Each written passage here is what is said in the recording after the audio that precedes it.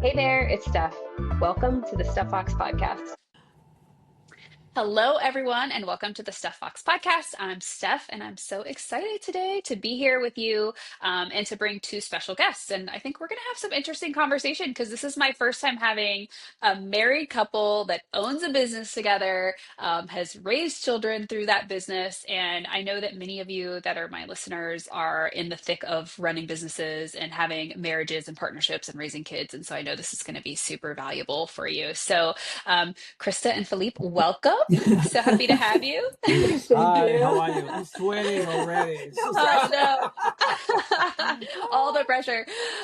No, that's what we love about this, and why I love doing this podcast is we just get to be real. We just get to show up how we are. So, Perfect. um, I would love to have you guys kind of kick off by telling the audience, which a lot of the audience here are in the beauty space, Mhm. with some outside of the beauty space, of course. But how long have you owned Salon Bisoux? And tell us about the journey.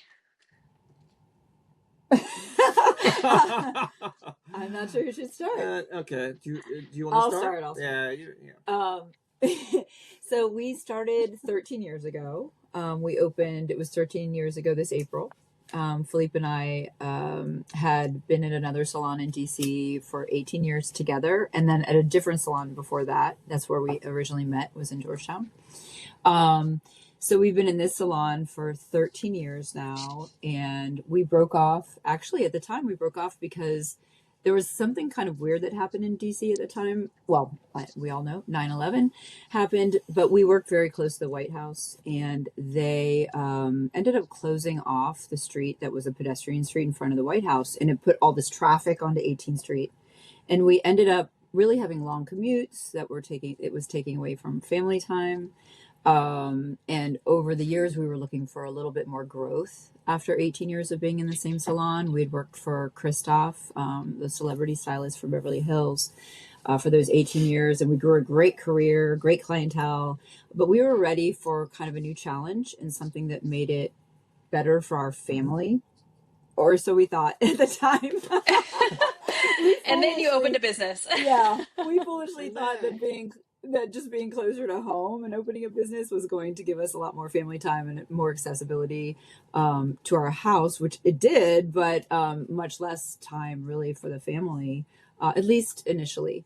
So yeah, that's how we broke off. We decided like December of 2012, and we signed our lease in February of 2013 and opened April of 2013. So it was kind of pedal to the metal, and it's been a ride, that is for sure. Yeah.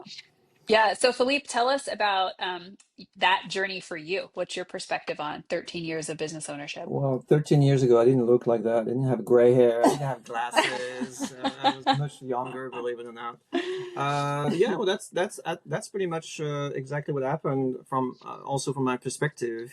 13 years ago, I think we were just ready also and mature at this point in our career to just embark in brand new journey adventures, which has been with its ups and downs, but no regrets whatsoever. I mean, if we had to do it again, I would not hesitate to sign up again. Yeah, definitely, Yeah. for sure. Can I ask what has been the biggest learn you've had in your marriage as partners in a business? Oh, wow. Maybe you each will have an answer that's different from the other. Uh, I've definitely learned to negotiate better with Krista. Negotiate, be patient, choosing my battles. Uh, we're clearly two different personalities. I tends to jump, left and right with ideas, and okay, that sounds great. Woohoo, let's do it. She's more like, whoa, whoa, whoa, wait a minute. Let me run the numbers, and let me, think it through. And so our energy is actually kind of a nice mix where I tends to pull her forward while she's like, what. So, we had to learn those two dynamic from each other's, and yeah, our communication is definitely better than it used to be. probably because my English is also better than it used to be. I mean, maybe that was a benefit at one point, though.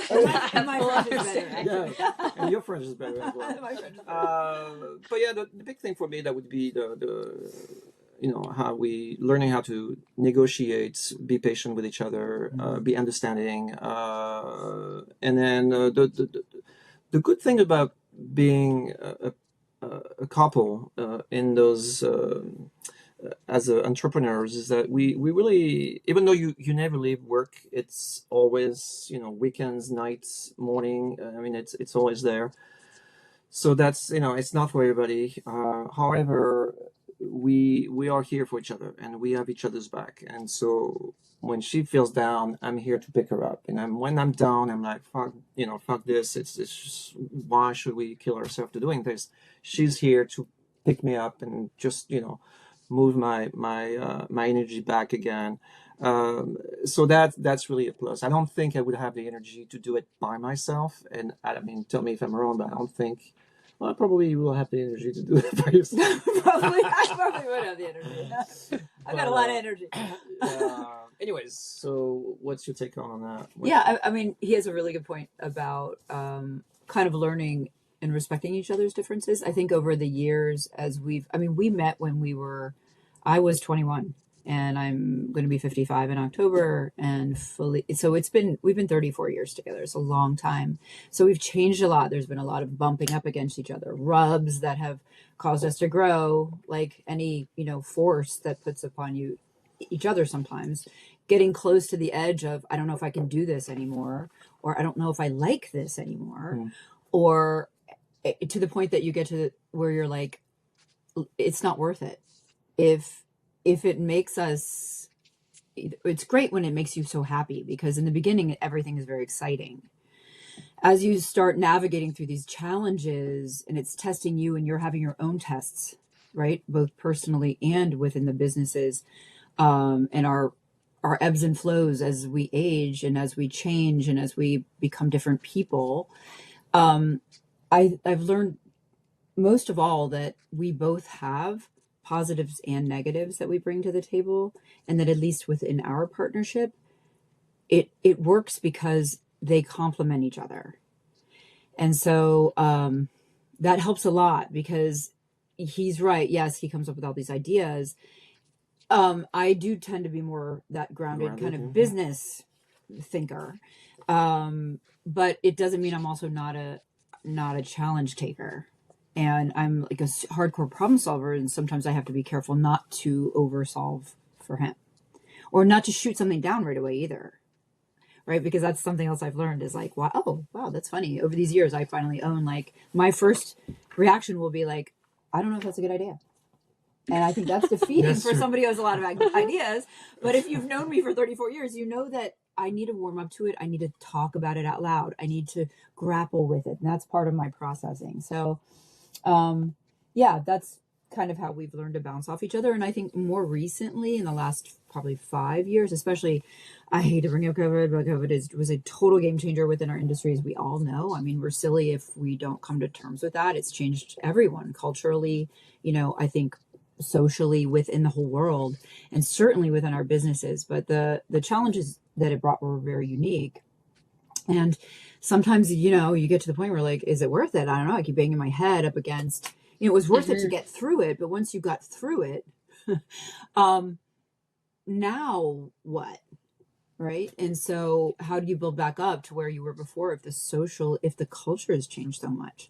And so we have gotten to the point where it's like, if we're feeling unhappy and it's kind of affecting our marriage, like, at some point it's like, do we need to just give that up? Because it's not worth our marriage. Yeah.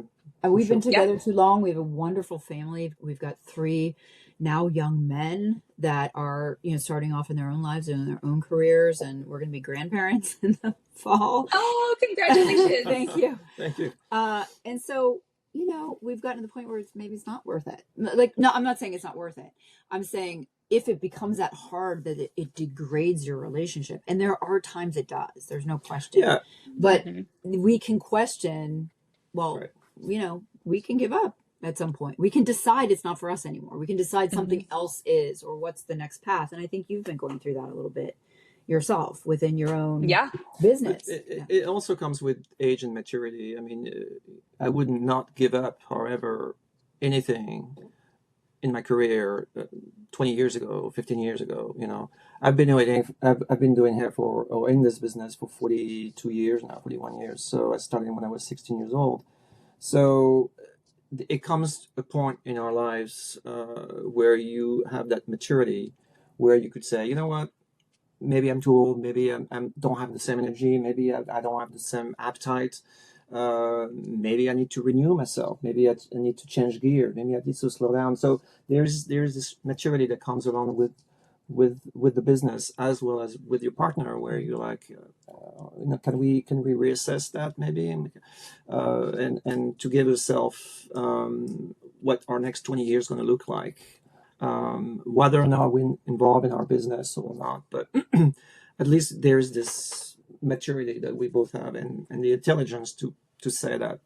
Yeah, I think as you were talking, Krista, I was thinking, at least here in the States, the experience that I know everyone to have had is it's like you turn 18 and everyone says, what are you going to do with your life? And it's like there's this expectation that you're going to define that, and then that's going to be what you're going to do with your life. Right. When in reality, at different phases of life, not only do we grow and evolve, we are exposed to more things, we learn, we pivot. It's okay to give ourselves permission to shift course, change directions, lean in on something that we didn't think we'd ever lean in on, or lean out of things. And like, I hear that in what you're saying about like beauty has evolved, like the business model has evolved, the workforce has evolved. And what you're clear on as a couple is like the anchoring is the two of you, but all the things that sit around the two of you, like that can evolve in however it is, like, and it should, right? Like, and I think a lot of people get stuck there. I think a lot of leaders get stuck there. A lot of leaders I work with kind of have these blinders on for like, they feel a victim to their situation and the things that feel hard. And I don't hear that in what you're saying. What I hear is, no, we have choice. So I think what I'd love to know, because I think this would be helpful for people, is what's your kind of metric for evaluating those choices? Like when things are feeling hard, how do you decide it's too much, or no, let's learn a little more, let's work through the mud we're in, let's figure this out? Like how do you do that? What's your process like? I think, I mean, I'll start. I think for me anyways, it's to really reconnect with each other. Maybe we need to go away for the weekend, or try to unplug one way or another, and then just sit down and talk, and then just revisit our lives, and where we come from and where we are today, and what's our next 20 years going to look like. You know, we're our age, we're now, our parents are getting old. So that's, you know, we're going to be grandparents as well. So our life is not quite like it was 20 years ago, where our concerns and our worries and our financial struggles were different than what we have today. So yeah, the way we do it, you know, we also make sure that we take care of ourselves. It's really also important mentally and physically. And maybe not as much as we should, in all fairness. That's actually one of the things that's become more of a challenge, is being able to get the freedom to walk away from the business because of the having as many people. We have so fewer stylists to generate income, so we are more tethered, and that creates a lot of questions, which I think we're at the age anyway. Almost every friend I have that's in their 50s or late 40s is starting to say, like, okay, well, my kids are getting older. They're starting to get through college. Some of them have left home. Some have left home and come back. But kind of we're in this cushion between our kids and our parents, of course, right? The sandwich generation. But it's kind of also like, well, if I don't take that time, how do I get the time? How do I do it? And one thing I feel like it's really important to teach anybody within our industry, they have to understand, and our clients have to understand, that we give so much of ourselves behind our chair because we're working physically. We're also trying to be present emotionally also for our guests in a way that's still positive, or, you know, it's a back and forth conversation while we're working, while we're generating what they're actually paying for. And most people want to hear what you're doing in your life, and they don't want to hear that every day feels the same, right? They want to hear that you've done something exciting and that and I think by investing in ourselves and our time and doing interesting things and traveling and seeing new things, you're investing in your career because you're experiencing novelty. And when you experience novelty, it brings richness to everything that you do because you have more gratitude for what you're doing. And that right now, like you said, how do you connect? How do you get back to that when you're feeling that way?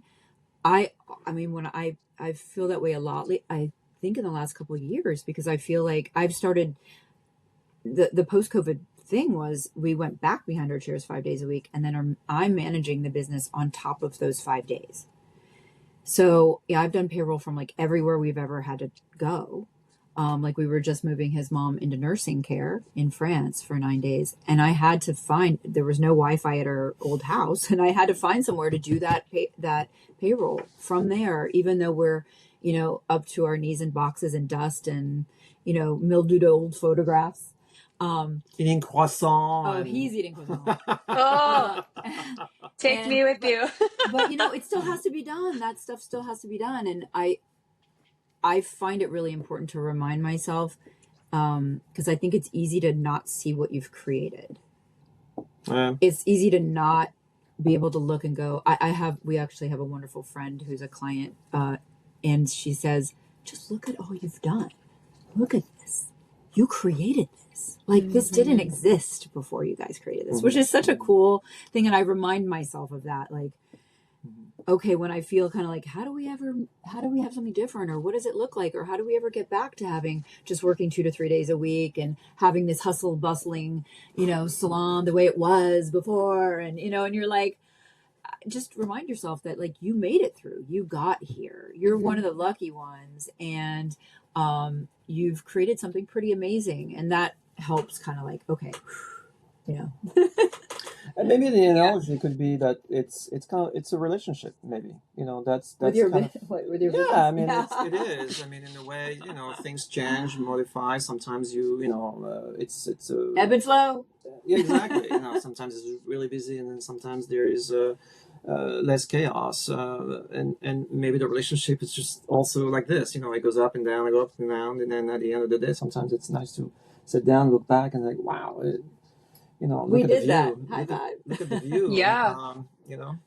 So I think, what I really hear you both saying, and it's such a powerful mindset, is like, it is about how you look at it. Like it is the perspective of the gratitude, the wins, the self-celebrations, because building a business is super hard. It is not the choice that most people make for their lives because it is so hard.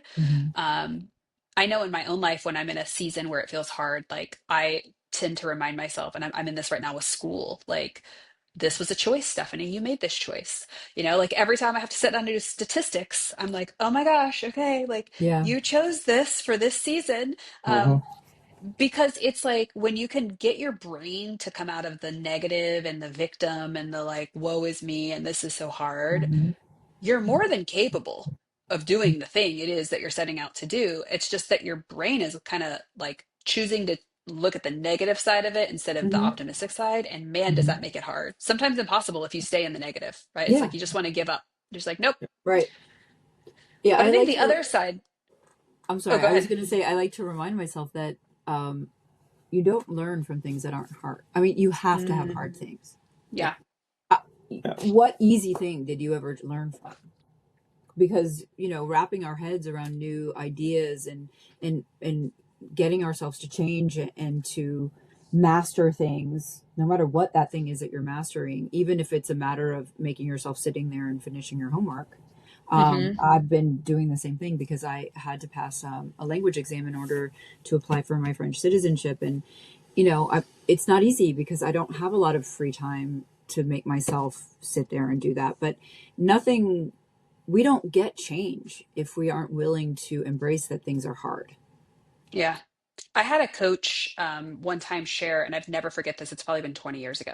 She put her hands like this, and she was like, "Imagine I have like a big rubber band," and she just started pulling it, pulling it, pulling it, and she's like, "When is it getting uncomfortable for you? Like, imagine this rubber band is pulling," and I'm like, "Right about now, like it's gonna snap, you know? Like, what do you mean when's it getting uncomfortable?" And she just keeps stretching it, and she's like, this when it feels this uncomfortable, that's when we Mhm. grow. When Right. this rubber band is like this and it has all the slack in it, steady state, nothing's changing. Absolutely. We're good. And I've just always remembered that discomfort of imagining that rubber band is going to snap, and if it snaps it's going to hurt. I'm like, that's what growth feels like. It's Yeah. terrifying. Yes, it It's like, is. Mhm. Yep. but it's where all the good stuff comes out of, if you can control the way you think about it on the other side, right? Because otherwise you can get sucked down. And we've seen a lot of people, I think, in the beauty space post big change like COVID get sucked down. And a lot of Hmm. that had more to do with their mentality around it than the actual circumstances they found themselves in. That Yeah. mentality, like, Yeah. you know, and that brings up like some thoughts around what's the future state of the industry. And I know that the three of us have had conversations before about like, what's AI going to do to beauty, right? What's the state of the workforce? And, we work together with recruitment work because it's like, it's hard to find people. Yes. Mhm. So from where you sit right now, what are you looking at, exploring, feeling afraid of around the future state of beauty? Um, I'm not afraid of AI. If anything, I think it clearly will change things it is for changing. the It is better. changing I would things. think in terms of running a business, in terms of managing. All the numbers, all the the receptionist part of it. Probably those jobs will disappear. But in terms of interacting with people, touching people, that our job is safe with that. Can I offer you a perspective real quick on that I heard? Hmm. And I want to hear your take on this. Every time I've thought about AI prior to this perspective, I Mhm. have been in the space you're in with it. Like, well, a hairdresser's job is Yeah, safe. I'm not convinced of that. Well, I'm still convinced our job is safe in that, like, I think AI is not taking our job, but here's what I heard that made me go, oh, it is going to take the job of the people we serve. So then what happens to our Mhm. work when Yeah. they don't have work? Mhm. That's what made me like full Mhm. stop, like, Whoa. Yeah. oh, Yeah. Yeah. The more I've been listening to, I like to listen to, there's a podcast I like to listen to regularly, and he's had a lot of AI people on recently, who and is it that you listen to? The Diary of a CEO. Stephanie Fox. Oh, yes, I love Stephanie him. Fox. Yeah. Stephanie Fox. Um, No, I love him too. Stephen Bartlett. yes. He's so good. Yeah, And yeah. he's had some really interesting people on who have talked about this, and it's like, what they've been talking about for a while, which is like everybody's gonna have to figure out what they're going to do to basically contribute in some positive way to their communities, to keep ourselves together as social beings, but also understand that all these things that are they're quickly going to be taken over. That he was talking about how plumbing, we think of a plumber as being not an AI job, but eventually those robots will be doing this work, and we're going to have all of this free time that we won't know really how are we going to apply ourselves in that. Mm. I mean, hopefully not by scrolling on Instagram all day and feeling lost. Like, how do we give back to our communities and ourselves, and in a way that feels meaningful, when suddenly we're going to find ourselves with a lot of extra time. Well, then, the first part of AI isn't that it's taking over tasks, it's that it's taking over our creative thinking. So as you're saying that, I'm thinking, oh gosh, like phase one is you don't have to critically think at all if you use AI. So Mhm. it's taking that away from us right now. No critical thinking required. AI will Mhm. do all the thinking. Right. Then it's going to take over the tasks. And then you're going to have a group of human beings who are conditioned not to critically think, now have no tasks to do because the AI does all of it. Mhm. What happens to your brain, and what happens to a wandering human brain anyway? Like, we Right. get real funky, Right. real Yeah. funky. Oh yeah. I hear you guys, but I don't necessarily agree with you. The blue collar jobs are safe. The critical thinking is more about white collar jobs. It will change our No. industry. What? Yeah, it will change. There you go. First married couple on. I Like, love this. Let's like, cash it out. uh, it will change dramatically our industry without a doubt. Probably interacting with mirrors that touch screen mirrors that will make your different hair, different color, I want to be different a blonde. Here's what I look exactly like. Yeah. interacting with what type of job do you do, measuring your face, uh, and giving you or giving us hairdressers, what the formula or the color could be based on what they picked and the schematic of the haircut and so on and so forth. So yeah, it will change, but the interaction with the person, no, it's still going to be there. We're not there. I mean, we've got what 20 years of, 20 years, I'll be 80 something. What? I'd You be won't. close He's to not it. going to be 80 something in 20 years. It's not gonna affect our daily hand-to-hand interaction with the clients, but it will change the receptionist job, the It already has. banking, It already has all changed that the will, receptionist job. yeah. However, so where I disagree on part of what you were saying is that innovation is built on creativity in every job, whether it's a blue collar job or a white collar job. Generally, that's what humans really do best, is this incredible ability to creatively think. Right now, AI is thinking the way we're teaching it to think. But eventually we'll be able to really think on its own. And so that's one of the biggest benefits that we have over artificial intelligence, is that actual intelligence, it connects the dots in ways that it's like, wait, what about that? What was that? We can use it to actually better ourselves, learn more, and even apply our kind of infinite abilities in a very, very different way. And I think that happens in blue collar jobs just as easily. I mean, hair color, I'm a hair colorist. That's what I specialize in. That is all based on, what am I seeing? This depth of, that's hitting back, and, ooh, wait, what if I tried this? And of course what I'm seeing in the end is that reflection is multi-tonal. And how do I create that? That's coming from inside my head. And I'm not like, I'm strategically mapping it out without sitting there drawing a plan. And I think that kind of creativity is used in every job. It can be used in every job, right? To better things, to create things, to have new ideas, to be micropreneurs and have ideas that nobody had before. So I don't know. It'll be an interesting evolution, I guess. Right, but maybe the creativity will come with the fact that we will have to interact differently with each other, rather than. Well, we're going to have to interact with each other because we're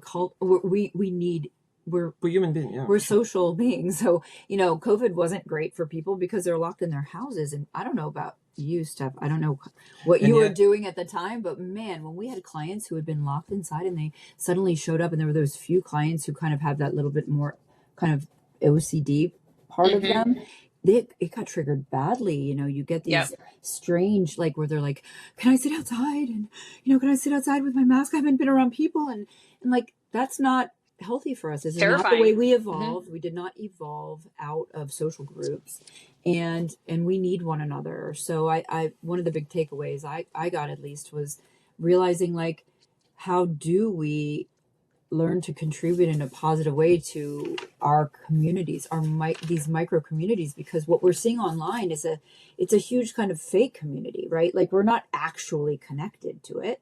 We're connected to the people that we have little bumps with throughout our morning, the person we say hi to every morning as I walk out to walk my dogs. It's the same person. And these are where we get richness from within our life, right? And social media it's a fake connection. It's not real. So it will be interesting to see. I think we need human connection, is what I'm trying to get to. What made me really think about, as you were both talking, was how it might impact the relationship between the client and the hairdresser. Like, Yeah. let's pretend that, Philippe, you're right. It's not going to impact the craft so much. Like, it will evolve the craft, like in that there's tools and resources, but like hairdressers are safe. But if our critical thinking diminishes because I can pop out a social media post without writing a word of my own. In fact, I barely read it. I just post what it tells me to Mm-hmm. post. The world knows it's not me, right? But when I do this month over month, year over year, I actually do stop thinking about interesting things, creative things. I stop engaging in critical thought. Well, now you're going to ask me to show up and be in dynamic conversation, which is a huge part of a hairdresser client relationship, is that like we build a connection to each other. Well, if both parties, the hairdresser and the consumer, have started to diminish their skills Mm-hmm. around communication and thinking, what happens to that connection? Do we just find ourselves where like you're sitting and I'm doing your hair and we're not really talking, and Oh, so your aren't we seeing loyalty to that me right now? changes? I feel like Exactly, right? We've seen it already. we're seeing it in the new Now take it up hairdressers more. that have gone Have been on through high text school. and Yep, yeah. they've been through high school during, maybe they were in middle school during COVID, and now they have come through high school and they don't have quite the same social skills yet, or they're not quite comfortable in their own skin. And you're trying to help them evolve into someone that is engaging with a guest, engaging enough that that guest wants to come back, that they feel valued. And yet what we were just talking about this morning is this kind of need of the generation of feeling like you're their cheerleader all the time. We didn't need that. We needed to hear occasionally, okay, yes, I like how this is coming on. I'll check back with you. Keep working on it. Like, that was good feedback, right? I was trying to think back at how many times my bosses over the years, I know that they were happy with me. It was great to hear that they thought I was a great colorist, but they weren't ever coming over and being like, great job. That looks really great. Good job. Wow. Good work. And we do that constantly. What feels constant, right? Mhm. To our younger team that we're trying to help grow into stylists.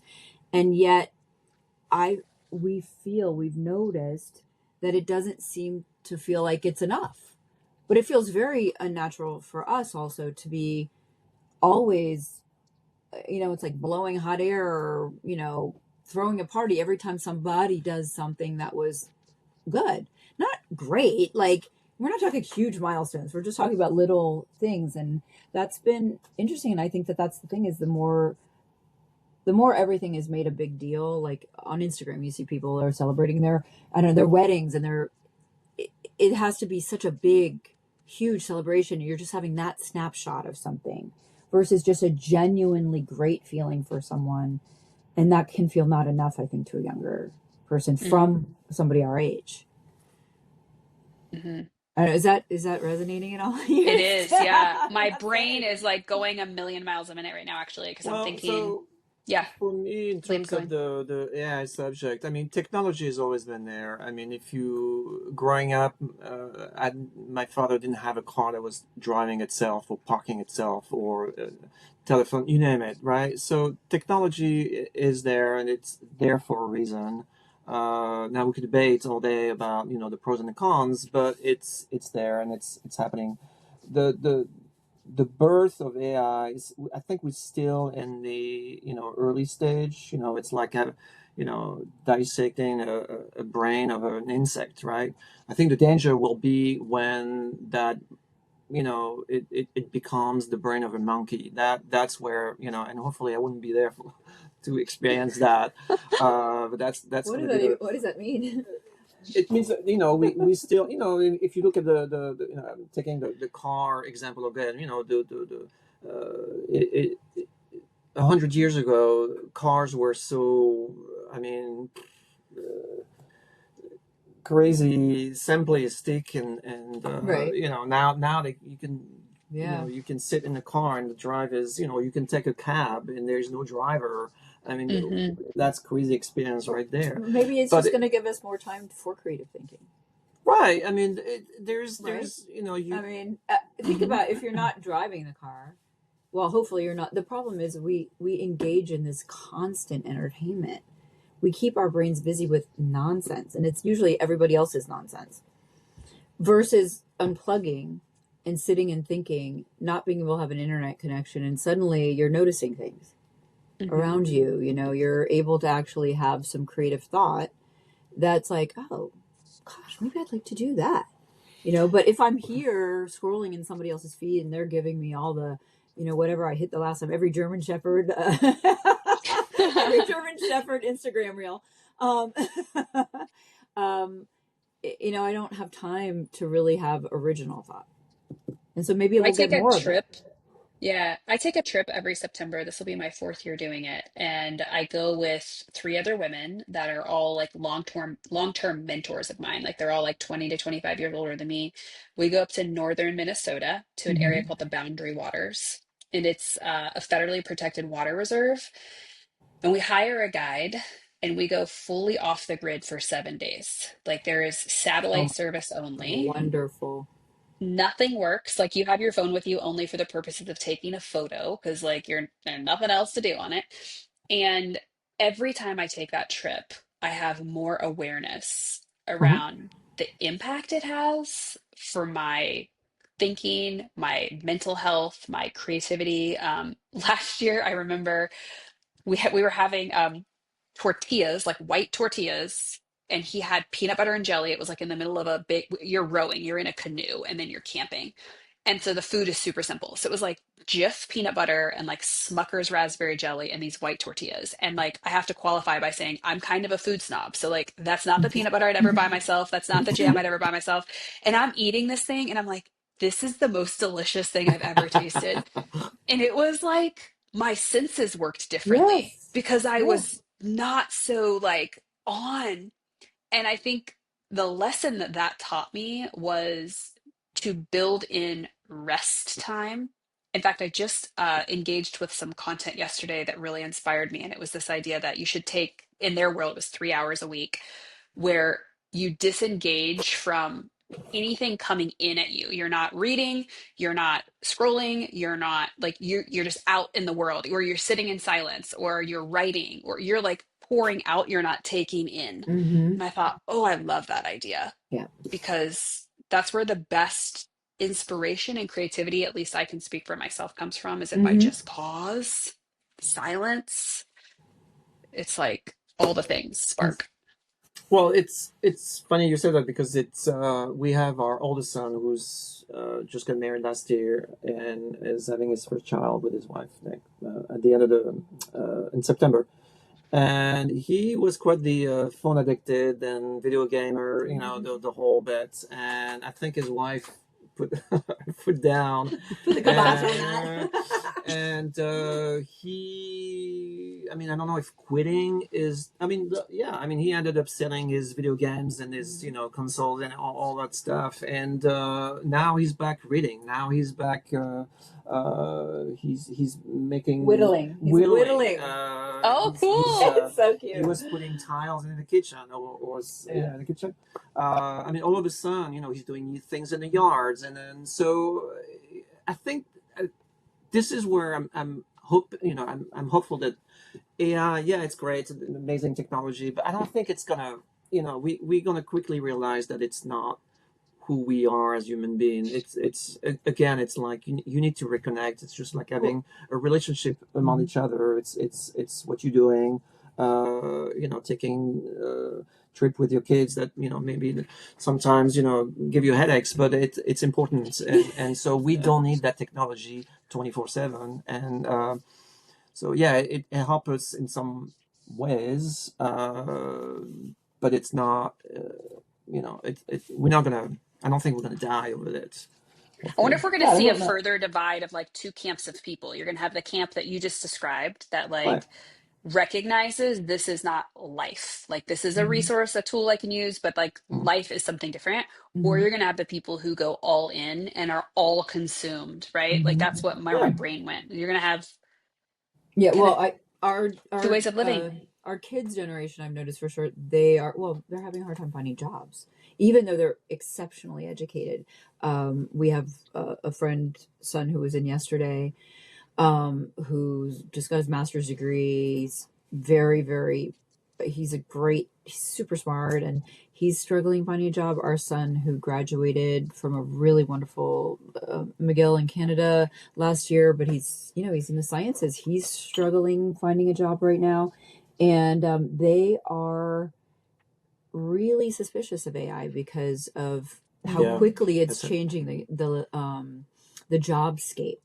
And so for the moment, that is definitely one benefit that we have within what you call blue collar. I'm not sure that, our job is really a blue collar job, but these hands-on human professions that right now computers can't do, at least we have that for right now. And hopefully they'll be able to, harness AI in a way that will be helpful to humanity rather than hurtful. And I'm sure it'll go both ways, just like everything does, right? Wi-Fi has been helpful in so many ways, and yet hurtful in the fact that it's addictive to us. So, hopefully we'll somebody smarter than us will solve this problem. That is interesting. You're right. You're right, actually. I noticed that the generation of our kids, which is between 20 and 30s and maybe 35, I don't know, they really go push back on the ChatGPT and then the whole AI thing. They're really like, oh no, I don't want to use that. I don't want to. I want to use my brain, and it's like it's nice to see. Actually, it's very refreshing. So, again, I'm very optimistic by the fact that we'll be able to use our brain in different ways, and especially try to not become numbed by this technology that can simplify way too much our lifestyle and our professional life as well. So. I'm laughing because my almost 82-year-old mother has been chat GPTing the hell out of everything.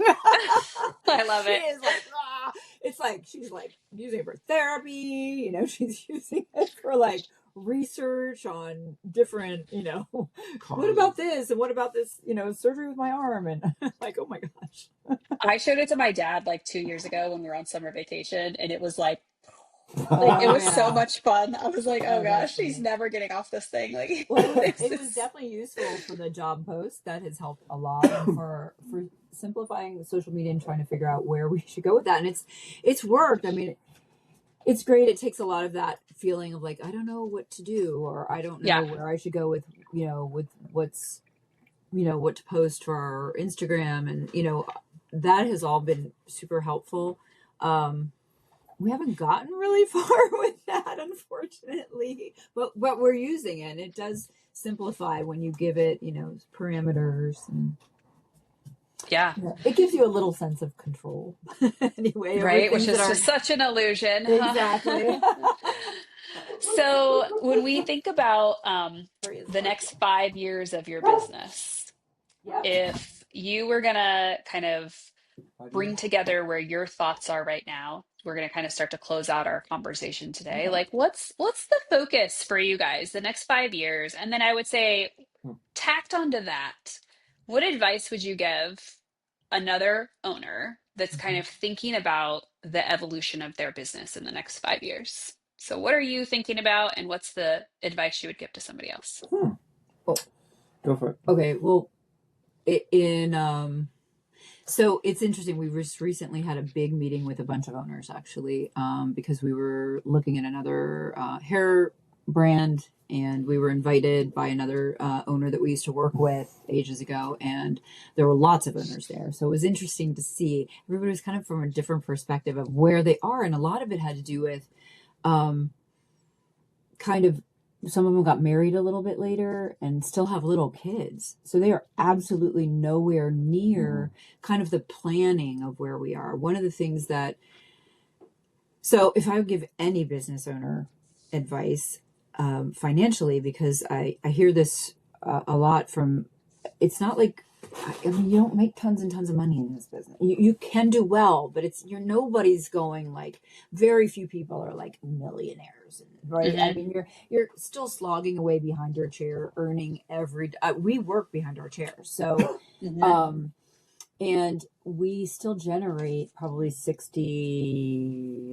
60% of the income of our salon, which is tough. That is a hard place to be,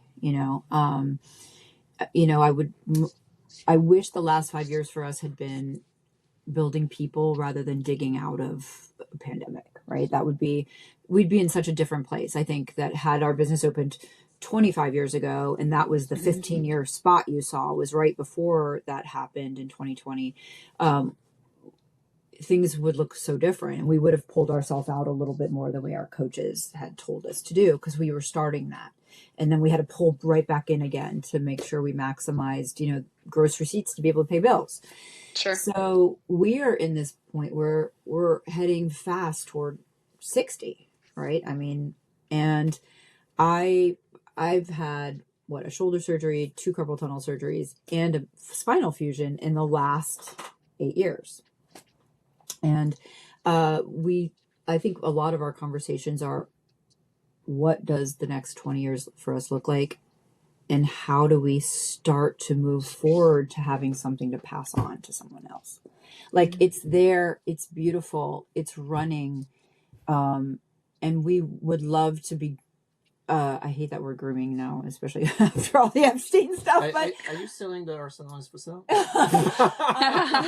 us, that's moving in that direction of, we would like to tiptoe out, right? And 5 years from now, I would like to be able to come in when I want to come in, maybe quarterly, and maybe we're living in France at that point, right? We've talked a lot about that. Or could we do it? How do we leave our family behind here, but we still have family there? So that's hard. That's a hard thing for us to kind of imagine and grasp. And like you said, hard things are often worth doing, but we'll never know if we don't take a jump at some point. So I think that could look very different to other owners, because they may be in completely different. If I had a 5-year-old, I would absolutely not be having that conversation. But my advice I was saying that I would give to someone is to make sure that you are maximizing your retirement savings. Like, absolutely, hands down, because we don't know, and we never do. I never thought I would have a second back surgery. I had one when I was 34, and it was great for 19 years. And suddenly there I was again. And it started making me ask a lot of questions of like, how long physically will I be able to do that? And if not, then what does it look like? Right? And how long do our bodies last doing this very physical work? And so utilizing the ability as an owner to not just take that money and run out and buy a Beamer or a bunch of expensive clothes or shoes or whatever.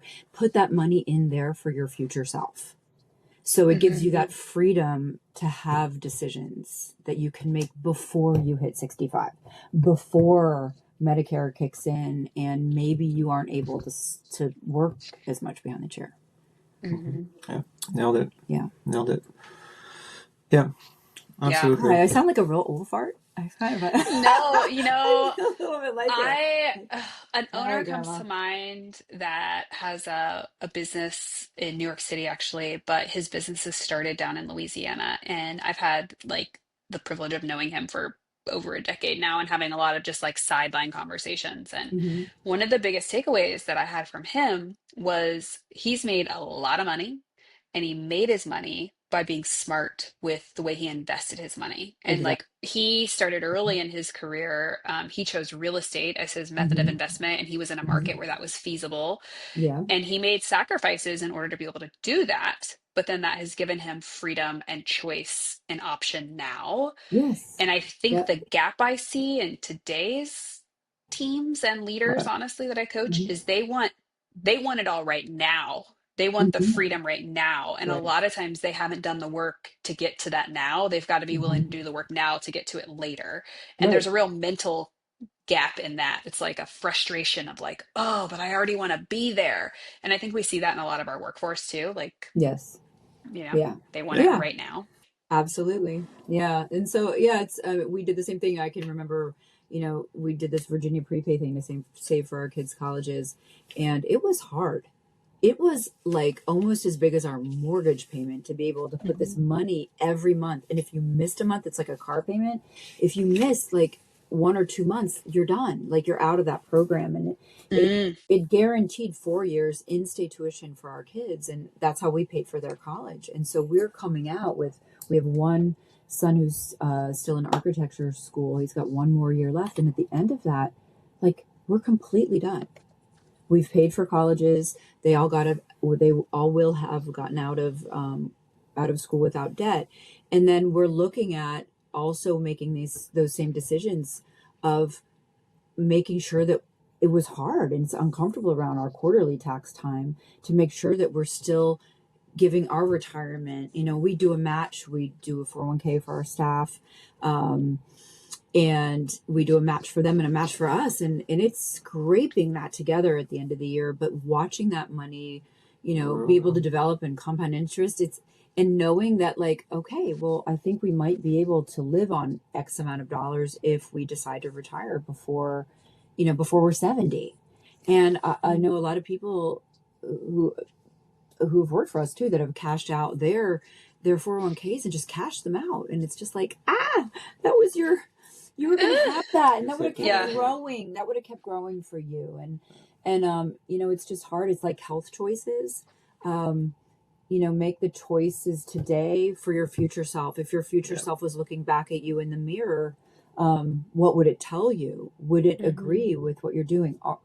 What would it tell you to like, hey, get off the couch, go take a walk, meditate. that would be my advice to all of you who's listening to this podcast today. It's that, if you have a time machine and then you yourself come back to you from 5 years ago, 5 years ahead. Am I making any sense? Yeah, so far? your 5-year-old older self looking back at you. I got it says, what did you do? If the conversation is like, you nailed it, buddy, it's great. Whatever you planned 5 years ago, you're there. Or the conversation is going to be, what have you done? You knew you had all the tools to create a future 5, 10, 15 years ago, but you didn't do anything. That would be my advice, right? Just think ahead, or and plan your future self that you want to be or want to see for sure. Whether it's professionally, where do you want to be, and how are you going to get there? Emotionally, physically, financially, and all of the above. Yeah, definitely. That would be. Yeah. And I think I would add to that, and something I constantly look at in my own life is then have the discipline to do it. Yeah. Right. Make the plan. Part. That is the hardest part. And then have the discipline to do it. Yeah. Because it's easy to dream up. It's creating habits, good habits that will define your success or not. And that's a whole nother podcast. It sure is. Oh my gosh. This has been so great. If you're listening and you enjoyed this, I hope you give it a follow, share it with a friend. Krista and Philippe, thank you so much for being on today. Thank you so bringing much. All your experiences. We're so grateful that we met you through our, you were a guest speaker, and that was wonderful. And we've sought you out kind of ever since, and you've been great. Thank you so much, Stef. Thank you so much. It's been great to know you both. Okay, thank you for the chat. Thank you, everybody. Give us a follow.